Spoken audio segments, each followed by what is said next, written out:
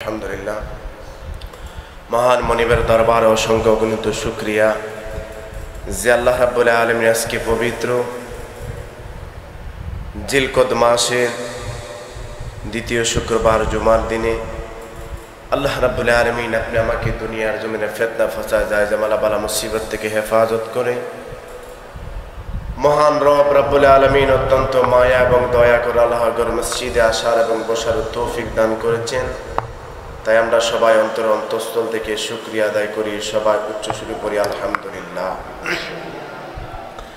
লাখ লাখ কোটি কোটি দরুদ ও সালাম ওই নবীজির কদম মোবারকে যিনি হায়াত নবী, জিন্দা নবী, নূর আলা নূর, গায়েবের খবর দেন ওয়ালা নবী, হাজির নাজির নবী হুজুর ফুরনূর সাল্লাল্লাহু আলাইহি ওয়াসাল্লামের দরবারে যেন আল্লাহ রাব্বুল আলামিন আপনি আমার পক্ষ থেকে কোটি কোটি দরুদ ও সালাম কবুল করে জবান করে পড়ি আমিন। আর জোরে পড়ি আমিন। মহান গ্রন্থ আল কোরআন থেকে একখানা আয়াতে কারিমা তেলাওয়াত করেছি, নবীজির অসংখ্য অগণিত হাদিসে মুবারক থেকে এক টুকরো হাদিসে পাক পাঠ করেছি। কোরআন এবং হাদিসের আলোকে রাসূল আকরাম সাল্লাল্লাহু আলাইহি ওয়াসাল্লামের সুন্নতের গুরুত্ব নিয়ে কথা বলবো। আল্লাহ রাব্বুল আলামিন আপনি আমাকে শুনে আমল করার তৌফিক দান করে জমান করে পড়ি আমিন। আর জোরে পড়ি আমিন। আল্লাহ রাব্বুল আলামিন যুগে যুগে যত নবীগণ প্রেরণ করেছেন সমস্ত নবীদের সুন্নত রয়েছে। আল্লাহ রাব্বুল আলামিন ইলহাম করেছেন যেই সময় যেই নবীর উম্মত যেইভাবে থাকুক না কেন তারা যেন তাদের নবীদেরকে অনুসরণ অনুকরণ করে চলে, তারা যেন তাদের নবীদের তাবেদারি করে চলে।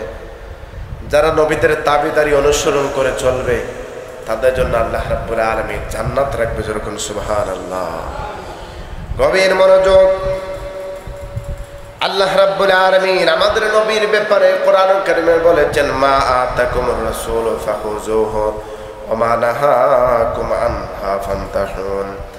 আল্লাহ রাব্বুল আলামিন কোরআনে বলেছে এ উম্মতে মুহাম্মদীরা, আমার নবী মুহাম্মদ সাল্লাল্লাহু আলাইহি ওয়াসাল্লাম তোমাদের জন্য যে জিনিস বলেছে পালন করার জন্য তোমরা পালন করবা, আর যেটাকে নিষেধ করার কথা বলেছে তোমরা নিষেধ করবা। পালন আর নিষেধের মাধ্যমে ঈমানদার মুত্তাকি বোঝা যাবে। হাবিবে কিবরি রাহমাতাল লিল আলামিন বলেছেন, আল্লাহ রাব্বুল আলামিন কোরআনে বলেছেন কুল ইন কুনতুম তুহিব্বুনাল্লাহ ফাত্তাবিউনি ইউহিব্বুকুমুল্লাহ ওয়া ইয়াগফির লাকুম যুনুবাকুম ওয়াল্লাহু গফুরুর রহিম।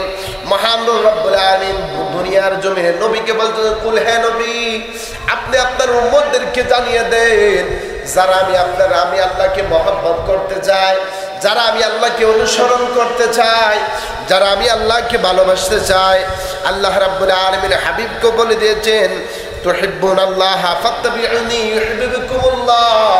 যারা দুনিয়ার জমিনে আমাকে মহব্বত করতে চায়, যারা ভালোবাসতে চায়, আমার তাবিদারি করতে চায়, তারা যেন আপনি হাবিবকে মহব্বত করে। সুবহানাল্লাহ। যারা আপনাকে মহব্বত করবে আল্লাহ রাব্বুল আলামিন কোরআনে বলেছেন ওয়া ইয়াগফিরু লাকুম যুনুবাকুম আল্লাহু গফুরুর রহিম। আপনাকে মহব্বত করা মানে আমাকে মহব্বত করা। আর যারা আমাকে মহব্বত করেছে, মহব্বত করে জমিনে চলাফেরা করেছে, আমার আল্লাহ রাব্বুল আলামিন বলে ওই সমস্ত মানুষদের জন্য আল্লাহ রাব্বুল আলামিন জান্নাত রেখেছে দুনিয়ার জমিনে। ওয়া ইয়াগফিরু লাকুম যুনুবাকুম আল্লাহু গফুরুর রহিম। গফফার নামের উসিলায় আল্লাহ রাব্বুল আলামিন ওই সমস্ত মানুষদের জীবনের গুনাহগুলোকে মাফ করে দিবে। যেরকম না সুবহানাল্লাহ। আল্লাহকে ভালোবাসতে হইলে ভালোবাসতে হবে রাহমাতাল লিল আলামিন। রাহমাতাল লিল আলামিনকে যদি আপনি ভালোবাসেন আল্লাহ বলে আমার ভালোবাসা হয়ে যায়। নবীকে অনুগত করেছেন আল্লাহ বলে আমার অনুগত হয়ে যায়।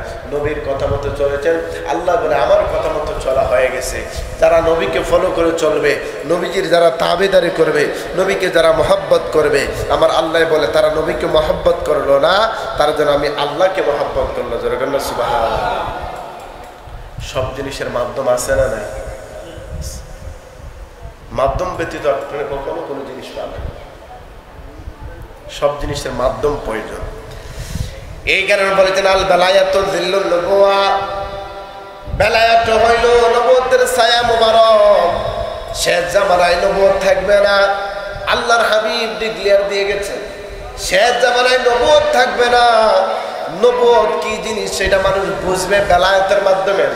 সুবহানাল্লাহ। সেই বেলায়েতটা কি জিনিস, যারা ওলি আল্লাহর দরজা নিয়ে তরিকতপন্থী আলেমরা, যারা সুফিপন্থী আলেমরা কোরআন এবং হাদিসের দাওয়াত দিয়েছে, ওই দাওয়াতের ভিতরে রিসালাত রয়েছে। যারা রিসালাত গ্রহণ করেছে তারা নবীকে মহব্বত করেছে, নবীর তাবেদারি করেছে। যারা নবীর তাবেদারি করেছে, ওয়াগফিরু লাকুম যুনুবাকুম, আল্লাহ বলে তারা আমার তাবেদারি করেছে। আর যারা আমার তাবেদারি করেছে, আল্লাহ রাব্বুল আলামিন আল্লাহু গফুরুর রহিম, দুনিয়ার জন্য ওই সমস্ত মানুষদেরকে আমি আল্লাহ রাব্বুল আলামিন জীবনের গুনাহকে মাফ করে দেয়। যেরকম সুবহানাল্লাহ। সব জিনিসের মাধ্যম আছে না নাই? সব জিনিসের মাধ্যম আছে। তাই বলছি রাসূলের সুন্নাহ, সুন্নাহর ব্যাপারে আল্লাহ রাব্বুল আলামিন হাবিব হাদিস শরীফের মধ্যে বলেছেন, وقال النبي صلى الله عليه وسلم لا يؤمن احدكم حتى يكون احب اليه من والده وولده والناس اجمعين। এই জায়গার মধ্যে সুন্নাতের কথা, মহব্বতের কথা, সব কথা রয়েছে। আল্লাহর হাবিব বলে, উম্মতরা রে, দুনিয়ার জন্য যতক্ষণ পর্যন্ত ধন সম্পদ, সন্তান সন্তোষী, আত্মীয় স্বজন থেকে আমি নবীকে মহব্বত করতে না পারবা, ততক্ষণ পর্যন্ত তোমরা খাঁটি ইমানদার হইতে পারবে না। সুবহানাল্লাহ। সব চাইতে নবীকে মহব্বত করতে হবে। নবী যদি কিভাবে আপনি মহব্বত করবেন, নবীজির সুন্নতের মাধ্যমে নবীকে মহব্বত করবেন। কিভাবে নবীকে মহব্বত করবেন, নবীজির ইত্তেবার মাধ্যমে নবীকে মহব্বত করবেন। কিভাবে নবীকে মহব্বত করবেন, রাব্বুল আলামিন ওই হাদিস মুবারকের মাঝে বলেছেন, قال من أتى عند دخل الجنة ومن عصاني قد أبى قيل من أبى رواه البخاري। আল্লাহর হাবিব বলে, যারা আমার সুন্নতকে মহব্বত করবে তারা আমার মহব্বত করা হয়ে যায়। সুবহানাল্লাহ। বুকে টাইনা মহব্বত করার নসিব সবার থাকে না, সবার থাকে না, এটা নসিব না। কিছু ছাত্র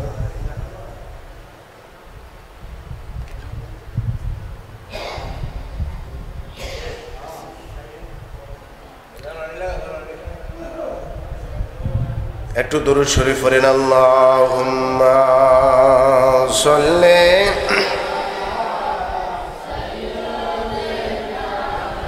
মাওলানা মুহাম্মদ ওয়া আলা আলি সাইয়্যিদিনা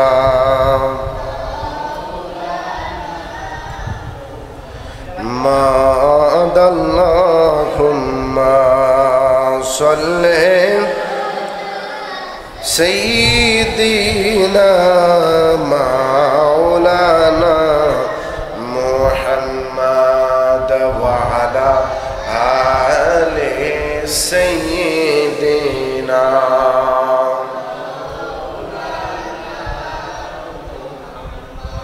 বলতেছিলাম আল্লাহ রাসূলের সুন্নাহ। নবী বলেছেন, পৃথিবীর জমিনের সমস্ত বস্তু হইতে ধন সম্পত্তি, আত্মীয় স্বজন, স্ত্রী সন্তান, যাহা কিছু আছে, সমস্ত কিছু হইতে যতক্ষণ পর্যন্ত আল্লাহর হাবিবকে মহব্বত করতে না পারবে ততক্ষণ পর্যন্ত খাঁটি ইমানদার হওয়া যাবে। যারা বলেন যাবে। নবীকে মহব্বত করবে, নিজের জানে চাইতে বেশি মহব্বত করবে। নবী বলে, ওই সমস্ত ইমানদারদেরকে আমি নিজে হাউজে কাউসারে পানি পান করে জান্নাতে নিয়ে যাব। আর যারা বলেন সুবহানাল্লাহ। এর ব্যাপারে আল্লাহর হাবিব বলেছেন, ওয়ান আবি قال من عليه السلام كل امتي يدخل الجنه الا من ابى قيل من ابى قال من اتاني دخل الجنه ومن عصاني فقد ابى رواه البخاري। বুখারী শরীফের হাদিস।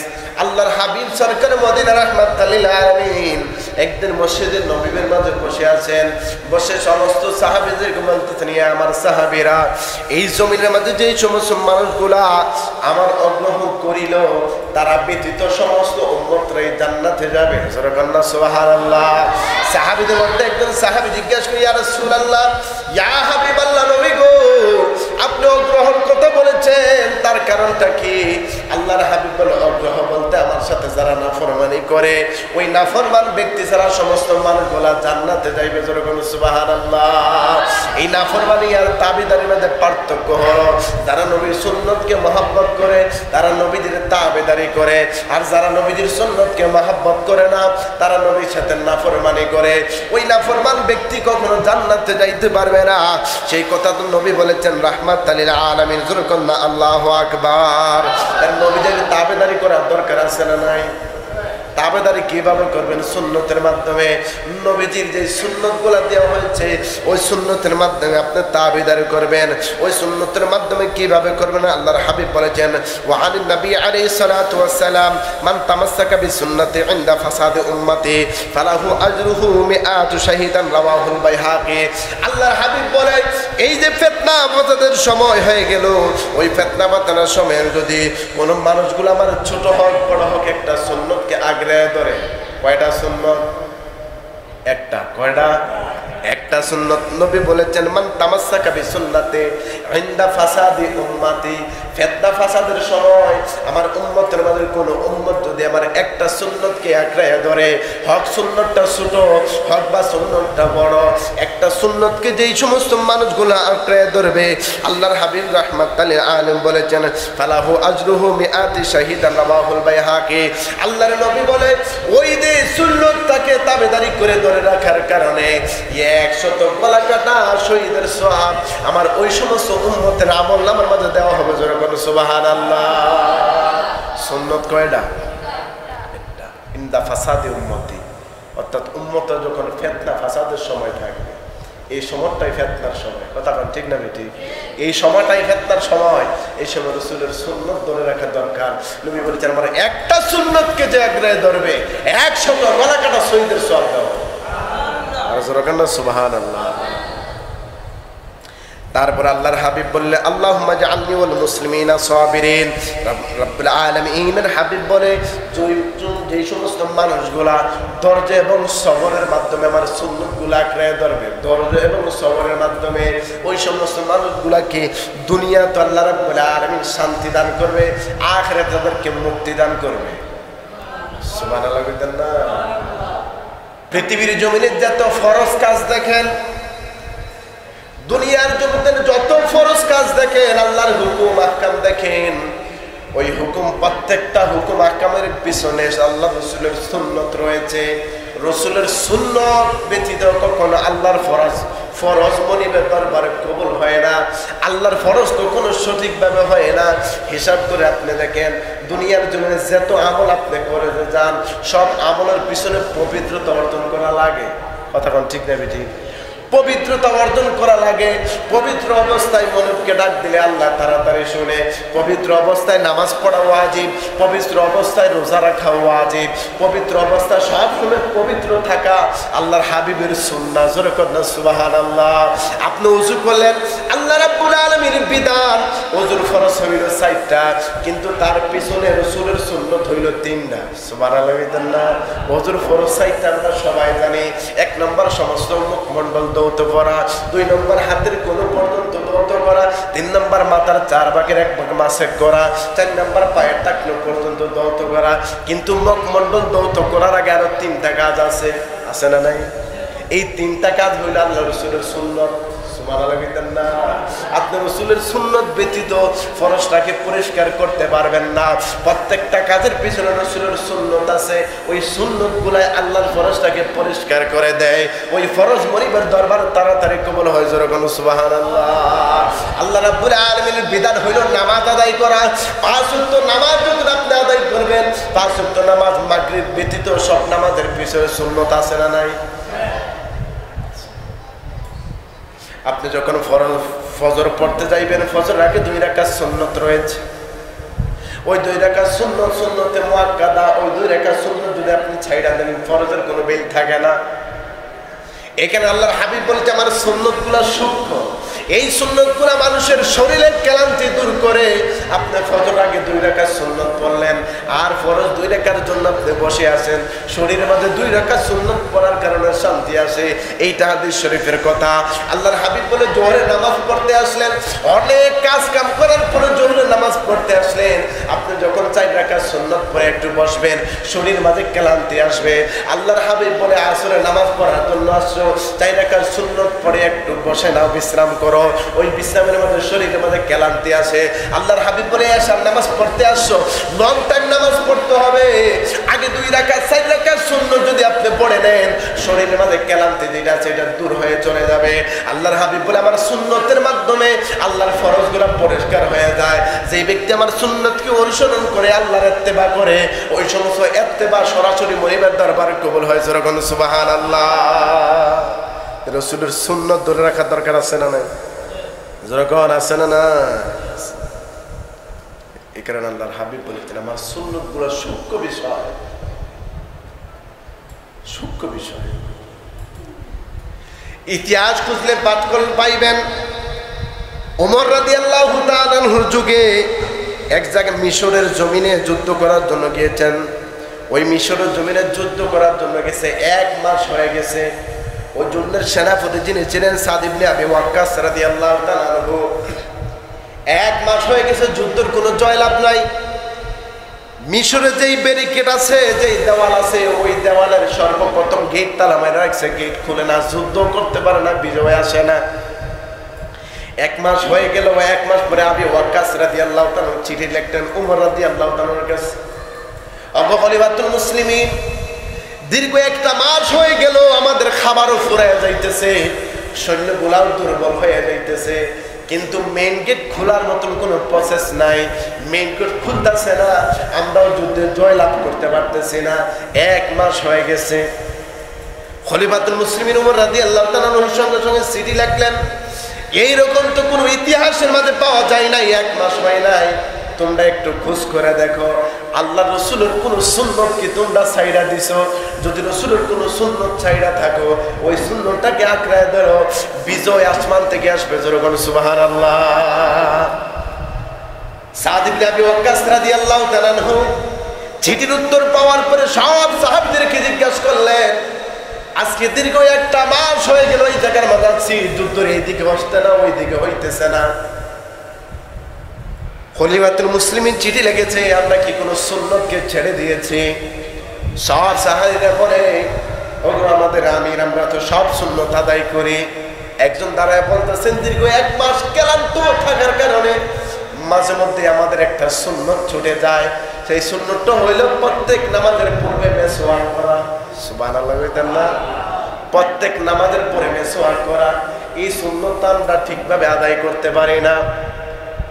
সাদ ইবনে আবি ওয়াক্কাস রাদিয়াল্লাহু তাআলা বলতেছেন, ঠিক আছে, রাত্র গভীর, কালকে যখন সকাল হবে ফজর আগ মুহূর্তে আমরা সবাই রাসূলের এই সুন্নতটাকে আঁকড়ে ধরব, এই সুন্নতটা আমরা আদায় করব। ফজরের আযান দিলেন, আযানের পূর্বে, জামাতের পূর্বে যে সময়টা থাকে, সাহাবীরা গাছের ডালপালা ভাঙতেছে, ভাঙ্গা ভাঙ্গা তারা মেসওয়াক করতেছে। দূর থেকে কাফের মুশরিকরা দেখে, কিরে এই জাতি 1 মাস ধরে এই জায়গার মাঝে আছে, যুদ্ধ করার জন্য আছে, এটা কোন জাতি? বড় বড় গাছ দেখায় ফেলাইতেছে। সুবহানাল্লাহ কইতেন না? করে কি? কথা বল না, কি করে? মেসওয়াকের ডাল কি বড় থাকে?